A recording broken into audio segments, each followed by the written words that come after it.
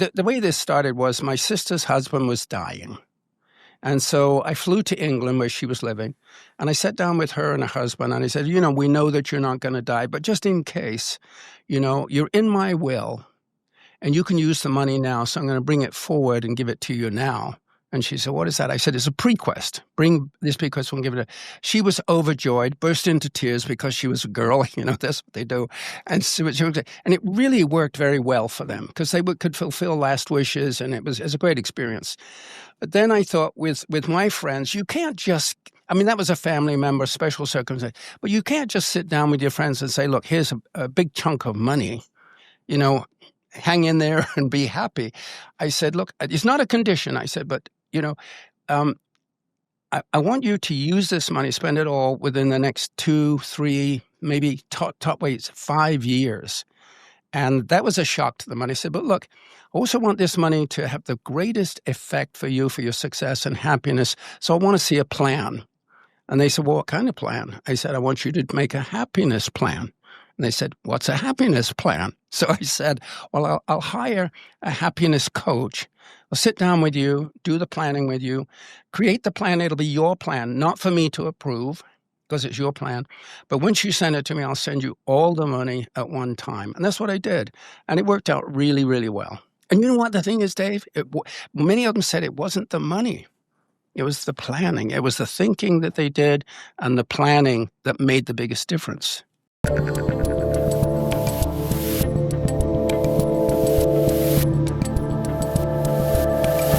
All right, everyone, as you know, I am off the grid for August, but that does not mean that we don't have content for you. In fact, we do have content for you. And joining me today is the author of the new book, The Happiness Experiment. My friend, although I haven't seen him in real life in probably a decade, if that's possible. We've just done this virtually. Carl Barney, how are you? I'm very well, thank you, Dave, and congratulations on taking a vacation.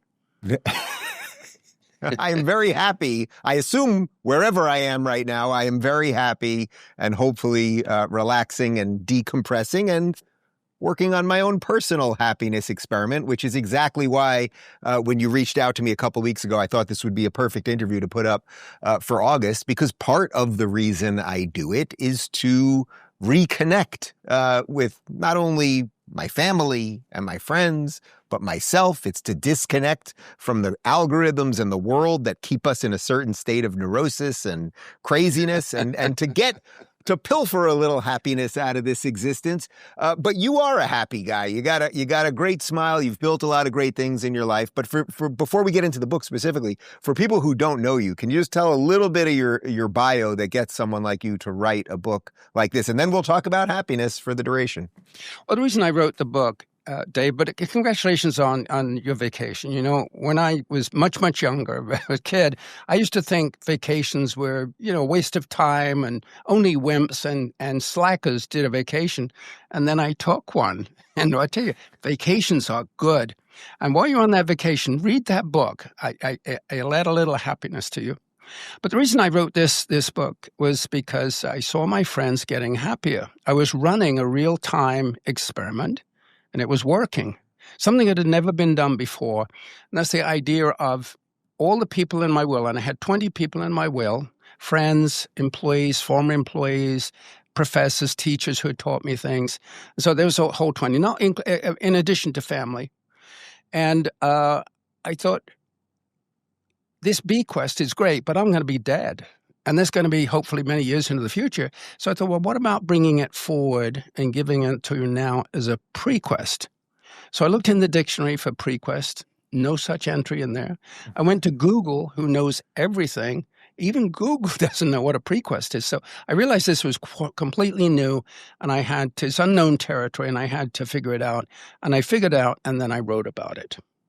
So you've made a good amount of money, mostly in education, if I'm not mistaken, throughout your life. Real estate and education, Dave. Real estate and education. You basically decided that instead of when you're gone, the bequest version of this, where most people then give their money away and give properties and whatever it might be, you want to do this when you were alive. But it wasn't just as simple as just handing people money. This is what I think is really interesting about this. There were going to be some conditions involved. Well, it really wasn't a condition, but the way this started was my sister's husband was dying. And so I flew to England where she was living, and I sat down with her and her husband, and I said, we know that you're not going to die, but just in case, you're in my will, and you can use the money now, so I'm going to bring it forward and give it to you now. And she said, what is that? I said, it's a prequest. Bring this prequest, we'll give it She was overjoyed, burst into tears because she was a girl. That's what they do. And and it really worked very well for them because they could fulfill last wishes, and it was a great experience.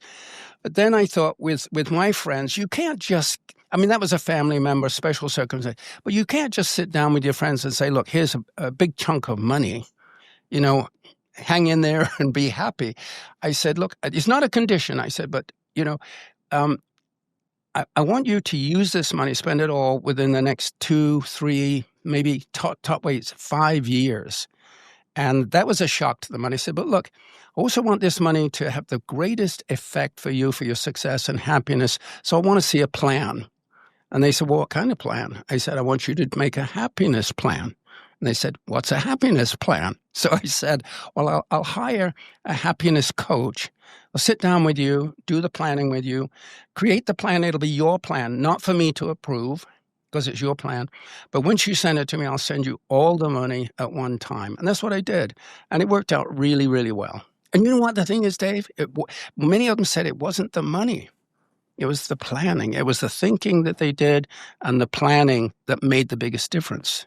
Now, was everybody, so it was 20 people plus family. So how many people total? With my family, that would be about 24. Okay, so 24 people total. Was everyone's reaction to it happiness? Were some people saying, no, I don't want it right now, or I'll wait, or I don't need it, or give it to someone else, or a series of other things people could say? 3 people refused it. Wow. Said, look, it's very generous of you, really appreciate it, we love you, but we can't accept it. And most of it was they didn't believe that they deserved it. And one couple had such a tragedy in their life, a dear friend, sweet, lovely people, had gone through a tragedy. They'd lost one of their children to a drunk driver, and they were just devastated for years, and they believed they couldn't, wouldn't, shouldn't ever be happy again. So I'm giving this happiness grant. The prequest became a happiness grant. For me, it was expressing my gratitude to them for their friendship and the help that they'd given me, because all of these people had been really close and helped me. So this was, in a sense, a return for me to acknowledge their generosity by giving them this gratitude grant. But all 3 of them came around afterwards. I think their wife worked on them and said, we really could use that money. And they came around. But it was difficult. It was hard for me, and it was hard for them, because you can't just do that. It's got to be a rationale. It's got to be authentic. It needed to be authentic to me. Why was I doing this? Was it sort of a grandiose gesture or a sincere, authentic gesture? And it also had to make sense to them. So when I sat down with them, and I did sit down with each of them in a nice dinner and a nice at home typically, I would say, look, I'm really, I had a long conversation with them, and I said, and then I'm really grateful for our relationship. I'm really grateful for what you've done for me, how you have been so generous to me with your advice, your help, your support. And I would tell them specifically what they had done for me. And they said, oh, that's great. They could get that. They understood it. And I said, so in exchange for that, you're in my will. And I told them how much. And they said, oh, that makes sense. And it did make sense. I said, but look, there's a couple of problems. They said, first off, I'm planning to live to be 120. And they said, yeah, that could be a problem. Yeah. And I said, the other thing is, I'll be dead. I won't be able to see you enjoy the money. And they said, well, that's the way it goes. And I said, but look, I have the money now. And so I want to bring this forward, and and there was a huge emotional, and it was like, you mean all the money now? Are you kidding? Are you dreaming? And so it was a big thing to accept for them. But when they did accept it and they understood what it was about, that I was authentically expressing my gratitude for their generosity, their support, their help, what they did for me. I mean, it's such a wonderful idea. You could clearly see that they can make a movie about this. So I have a feeling you're going to sell the movie rights on this thing. I mean, I'm in the process of making a movie, Dave. Yeah. I mean, you really can. It just seems, even if even if some of it becomes fiction, like just the concept is so brilliant. So there's so many questions here, but how did you decide how you were going to plan for your life properly? If you're giving this money away now and you want to live to 120, and by the way, anything's possible at this point, how do you plan to live the way you want, knowing that you're giving away the bulk of your inheritance right now? Well, I'm working on it, Dave. I think happiness is a lifelong pursuit. Life, liberty, and the pursuit of happiness. But it goes on forever. Till the day you die, you're pursuing in one form or another your own happiness. And, I'm a businessman. I'm an entrepreneur. I've obviously made a lot of money in real estate and education, and I'm thoughtful about this. So I need to be sure that I've got left over and I've got plenty of money left over for other purposes, other charities, other things I'm working on. So worked it up. So, all right. So you're going to be okay. And that was probably from what I can sense, probably the least of concerns on your list. When you sat down with the coach, did you have requirements of the coach in how he or she was going to guide them related to all of this? Yeah, to agree. I have a really wonderful coach, really super smart guy. And he was involved with a bunch of other coaches. So I had a source of really good high-level executive coaches. And what we did was brief them on how we were going to approach this. We told them the story behind it and that this was happiness coaching, not general coaching, but specifically what we wanted to do is focus on this. And most of them had never really quite done that before. And I emphasize, how does one become happy? And I discussed this with my coach, and we came up with the formula, if you like, and you'll have to read the book to find out what the formula is. And I'm just kidding, but I'll tell you briefly. It's what I call 3 V's, V as in Victor. First off, you've got to have a vision for your life. And a vision can be your dreams, and I'm really a big believer in dreams. You've got to have dreams, things you aspire to, things that look great for you. Other things, the daily dream is your career purpose, your central purpose, what you wake up for every day. Whatever you're doing that's meaningful to you, that's your vision for every day in your future. And another vision is, I've loved this phrase, Ayn Rand, and you know Ayn Rand, of course. Mm-hmm. She said, imagine a heaven on earth, and then not just to dream of it, but to make it happen. And so that's what I did. I created my heaven, and most people's heaven involves a home, beautiful art in their home, books, technology, friends, family, pets. Create all this thing that means a heaven to you, and then make it happen. And so that's the first V, visions. The second V is your values. What do you love? What do you care about? What fascinates you? What are you hoping to gain and keep in your life?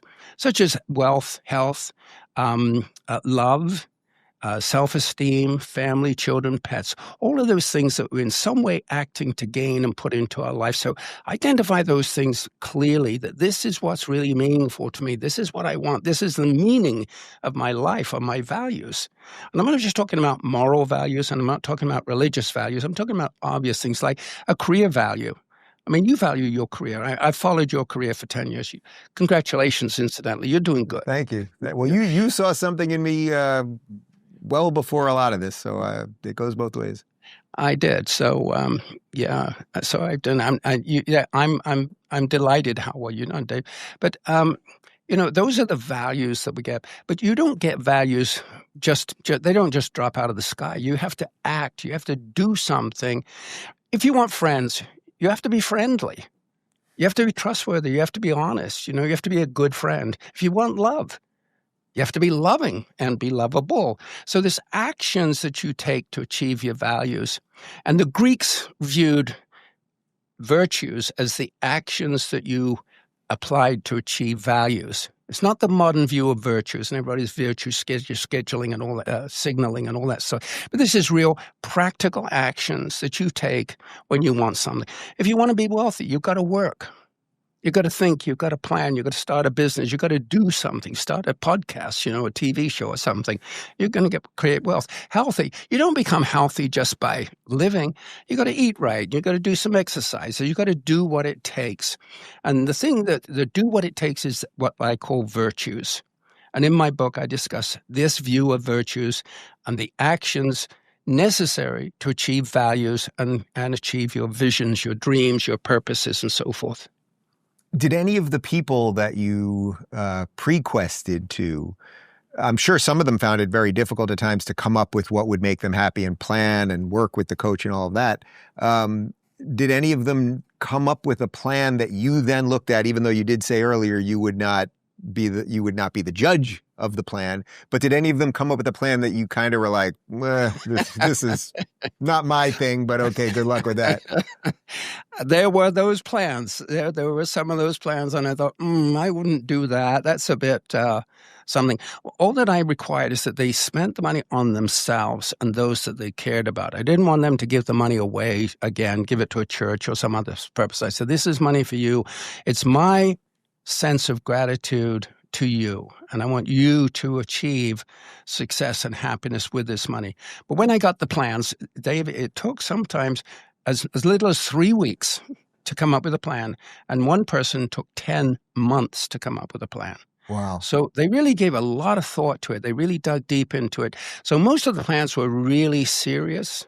I mean, some of them were beautiful. I mean, yeah. Can you give me an example of like one of the plans? Well, almost all of the plans involved in some way their homes. It's really interesting. Home is a source of great pleasure and happiness for most people. And most people did something with their home, either refurnishing or sometime a complete remodel. One person wanted to buy a home. They just hated where they lived. They just didn't like it. This was a professor. He just really wasn't happy there. He said, I've always dreamed of, with the dream, of having a beautiful home on a golf course. And so that was his central thing on his thing. I actually questioned about that. I said, you're buying a home. How does that relate to your happiness? I did challenge him a little bit on it. And he said, oh, you cannot believe what this means to us, to have a beautiful home. And being a professor, he said, I want to invite my colleagues and my students to my home. He said, I can't do that right now because I hate the home I'm in. It's ugly. But this would be such a great pleasure and joy for me and my wife. And as I explained to it, it made sense. Another person wanted to build a home from scratch. So they bought some land and they built a home. So that was a central part. But there are some things, that I won't even mention them because they were a bit weird and wild, but not very many. Just a few things that I raised my eyebrows. But again, it wasn't for me to approve or not. This was their personal plan. But most of them were very rational and thoughtful. And that's where the happiness coach comes in, because it's very hard to create a happiness plan. But if you've got somebody that's smart, that's thoughtful, that understands happiness and works with you closely, it makes a huge amount of difference. Do you have any fear that, helping people accomplish these things, whether it's build a home or buy a boat or whatever it might be, that somehow, because that takes the work part out, that will, take a little edge off the happiness to have accomplished it? Because you referenced that earlier, that work does mean something. Yeah, that is such a thoughtful question, and it is a problem. There was one person that was having financial difficulties, and I didn't think it would be right for me to bail him out. I didn't want him. I wanted him to work it out for himself. I wanted him to do what was necessary, and he was working on it. So I delayed that specifically until he'd got that problem solved, and then I met with him and said, hey, here's this. And so this was bonus money. But you're right, people who suddenly get an inheritance or they win the lottery or something like that, it can actually hurt them. And I was aware of that, and I wanted to make sure that didn't happen. And now I can tell you, all 20 people, it did not hurt anyone. And yeah. Well, that actually was my next question. So now that obviously a certain amount of this has all been taken care of. When did you start this? I mean, what's the runway on all this? Has the house been built? I mean, I assume you're now participating in some of their happiness. I get feedback from my friends. The house is built, they're living in it and loving it. There's people that are doing things. They send me, they tell me what they're doing. They send me photographs from Bora Bora, or one man climbed Kilimanjaro. So they sent me a picture from the top of Kilimanjaro. So I get to enjoy their happiness. And my friendships, it didn't alter them a lot. It would have intensified them a bit. I feel closer to them. I think they're closer and more appreciative to me. That wasn't my purpose, but that's the result of it. So I would say it definitely increased my own happiness. And everyone in there became happier, increased their happiness. They were already pretty happy, but it took them to a new level of happiness. And some were extraordinary. I mean, this couple I was telling you about that were devastated by the loss of their beloved daughter. And they were just bereft for 5 years. They were just miserable. And so they said, we have to get out of this. And this grant helped them to lift out of it. And they are now wonderfully happy and doing great things. And they changed their mindset. Our daughter would want us to be happy. And that was the trigger that turned it around for them, because they were feeling guilty about being happy because, how could they be happy when their dear daughter was dead? And the coach was the thing that triggered it, changed their mindset. And happiness is a mindset, Dave. This is a new definition. I've got a new definition. I'm very proud of it because there is a happiness mindset. There's a money mindset. There's political mindsets, which you deal with every day. Political mindsets. And that's not usually connected to happiness. You got that right. But the happiness mindset is a wonderful mindset. There's great possibilities. I deserve to be happy. I can be happy. I want to be happy. If you've got those mindset, those ideas in your mind, you can increase your happiness. What would you say, since you mentioned Ayn Rand before, and I know you're an objectivist, and obviously a lot of my audience leans at least libertarian-ish, what would you say to the people that would say, okay, I'm into all of this, but I'm going to get crushed on taxes if I just start giving away all of this money and it goes before I die? Because there has to be some component around that, right?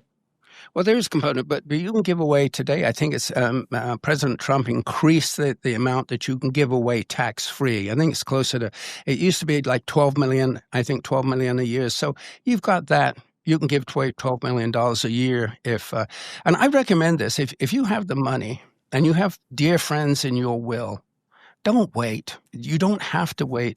Do it now. Bring it forward. Sit down with them. Explain how much they mean to you, how grateful you are for their generosity, because that's where gratitude comes from. It comes from the generosity. And so we feel grateful for it. And I said, look, I want to express this gratitude to you with this prequest. I think that's a terrific thing for people to do. Taxes, what are you going to do? You can't live with them and you can't live without them. They're going to be there. And I would ignore that. Don't get involved in the taxes. Do what you want to do and, suffer the tax consequences if you have to. I have two more questions for you. So first, did anything about this surprise you in terms of your own feelings about all of this? Not that they chose to do this or they chose to do that, or it took some people a little bit longer to get there or anything, but in terms of the reward for you, was there anything surprising within that? Well, the first surprising thing was actually just doing it. I couldn't get my head around this. I said, this is totally ridiculous. You don't sit down with people while you're still alive and give them a whole chunk of money. How do you do that? And it was difficult for me, so I had to come through that. And I think that the most joy I got was this couple, as I've told you, who were devastated, totally bereft and depressed for 5 or 6 years. And these were accomplished, bright people. They were very good people. And that turnaround brought me a lot of joy. And when I get postcards, pictures, feedback from my friends talking about their happiness, that brings a smile to my face, it increases my happiness. But I think there's one other thing that I'm realizing things about this all the time. For instance, this new definition of happiness as being a mindset. I think that's really, if you'll forgive me, quite profound. I love it. So that's good. But also, happiness is a lifelong process. It's something we can plan for and pursue every week, every month, every year of our lives. And we can continue to do that. It's a wonderful pursuit. It's a wonderful idea. Do you feel you're happier now? I'm throwing in a bonus question before I get to the last one. Do you feel are you at your happiest that you have ever been in your life right now? I'm as happy now as I've been in some really wonderful, happy states. I would say I'm enjoying this now. Yes, I would say so. My happiness now, I think, is more thoughtful. It's more stable. It's more consistent as a result of giving it all this thought, writing this book about happiness. It got my mindset, happiness mindset, much clearer. And that's really important. If you got that great mindset, Dave, that happiness is possible. I can do it. I want it. By God, I'm going to go for it. If you've got that into your head, you will increase your happiness. And so my happiness is definitely increased because of my more clear, more solid, stable mindset. Yes. And then my final question is the obvious one. Is it possible that my golden ticket was lost in the mail? Well, tell me you didn't see that one coming, my friend. Well, I want to tell you, I'm very grateful for you, Dave, but I'm not quite that grateful. I'm doing okay. Carl, this has been an absolute pleasure. This is exactly the type of thing that I want people to think about during August. So the book is The Happiness Experiment. The link is right down below. And enjoy the rest of your summer, my friend. Thank you. It's been fun.